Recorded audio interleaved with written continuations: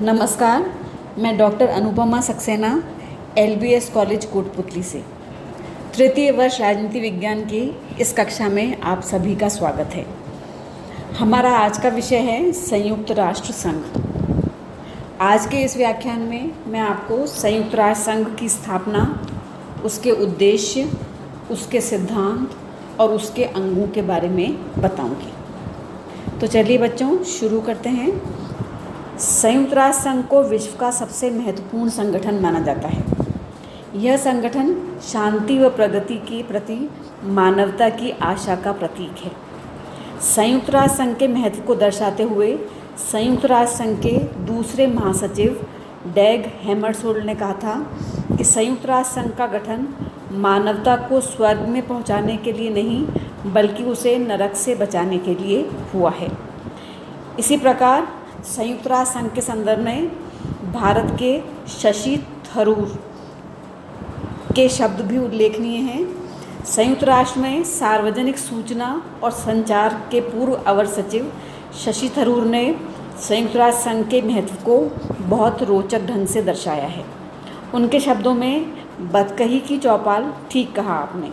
संयुक्त राष्ट्र संघ में खूब बैठकें होती हैं, दनादन भाषण होते हैं, खासकर महासभा के वार्षिक सत्र में। लेकिन जैसा चर्चिल कहते थे, हथियार लड़ाने से बढ़िया है ज़बान लड़ाई जाए। क्या यह बात बेहतर नहीं कि ऐसी जगह भी हो जहां दुनिया के सारे देश इकट्ठे हों और कभी कभार अपनी बातों से एक दूसरे का सर खाएं, बनस्पत लड़ाई के मैदान में एक दूसरे का सिर कलम करने के।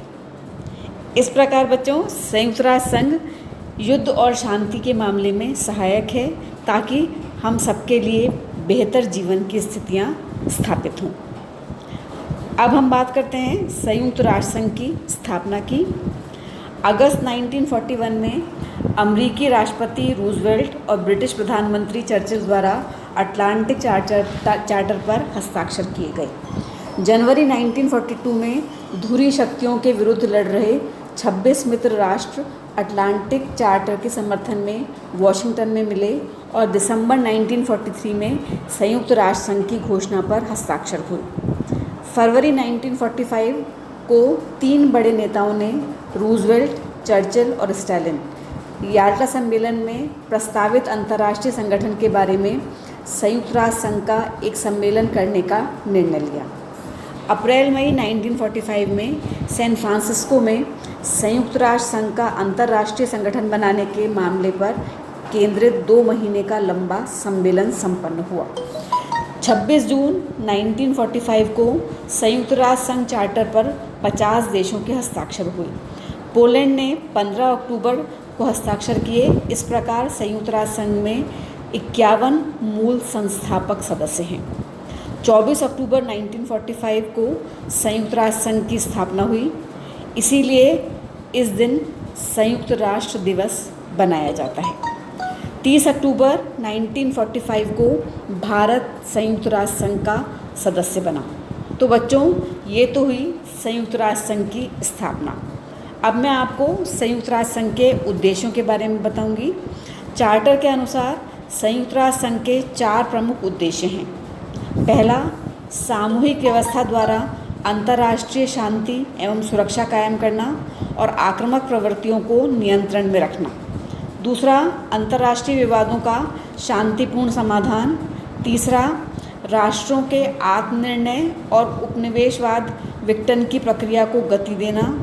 चौथा, सामाजिक, आर्थिक, सांस्कृतिक एवं मानवीय क्षेत्रों में अंतर्राष्ट्रीय सहयोग को प्रोत्साहित एवं पुष्ट करना। संघ ने इन उद्देश्यों से जुड़े हुए 2 लक्ष्य भी निर्धारित किए हैं: निशस्त्रीकरण एवं नई अंतर्राष्ट्रीय व्यवस्था की स्थापना करना। अब मैं आपको संयुक्त राष्ट्र संघ के सिद्धांतों के बारे में बताती हूँ। संयुक्त राष्ट्र संघ के चार्टर की धारा 2 में इसके कुछ मौलिक सिद्धांत बताए गए हैं, जिसमें पहला है, इसका प्रधान आधार छोटे बड़े सब देशों की समानता और सर्वोच्च सत्ता का सिद्धांत है। सब सदस्यों से यह आशा रखी जाती है कि वे चार्टर द्वारा उन पर लागू होने वाले दायित्वों का पालन पूरी ईमानदारी से करेंगे। तीसरा, सभी सदस्य शांतिपूर्ण झगड़ों का निपटारा शांतिपूर्ण साधनों से करेंगे। चौथा, सभी राष्ट्र संयुक्त राष्ट्र संघ के उद्देश्यों के प्रतिकूल कोई कार्य नहीं करेंगे। वे किसी देश की स्वतंत्रता का हनन करने की या आक्रमण करने की न तो धमकी देंगे और न ऐसा कार्य करेंगे। पांचवा, कोई भी देश चार्टर के प्रतिकूल काम करने वाले देश की सहायता नहीं करेगा। छठा, संयुक्त राष्ट्र संघ इसका सदस्य बनने वाले राज्यों से भी अंतर्राष्ट्रीय शांति और सुरक्षा बनाए रखने वाले सिद्धांत का पालन करने को कहता है। संयुक्त राष्ट्र संघ किसी देश के घरेलू मामलों में हस्तक्षेप नहीं करेगा। ये संयुक्त राष्ट्र संघ का 7वां सिद्धांत था। संयुक्त राष्ट्र संघ के बच्चों 6 अंग हैं, जिनका वर्णन चार्टर के 3 अध्याय के अनुच्छेद 7 में किया गया है। इसका पहला अंग महासभा या जनरल असेंबली है। दूसरा अंग सुरक्षा परिषद, तीसरा अंग न्यास परिषद, चौथा अंग सचिवालय, पांचवा अंग आर्थिक और सामाजिक परिषद और छठा अंग अंतर्राष्ट्रीय न्यायालय। बच्चों, इस व्याख्यान में मैं आपको इतना ही बताऊंगी। अगले व्याख्यान में मैं आपसे संयुक्त राष्ट्र संघ के किसी दूसरे पक्ष पर चर्चा करूंगी। धन्यवाद।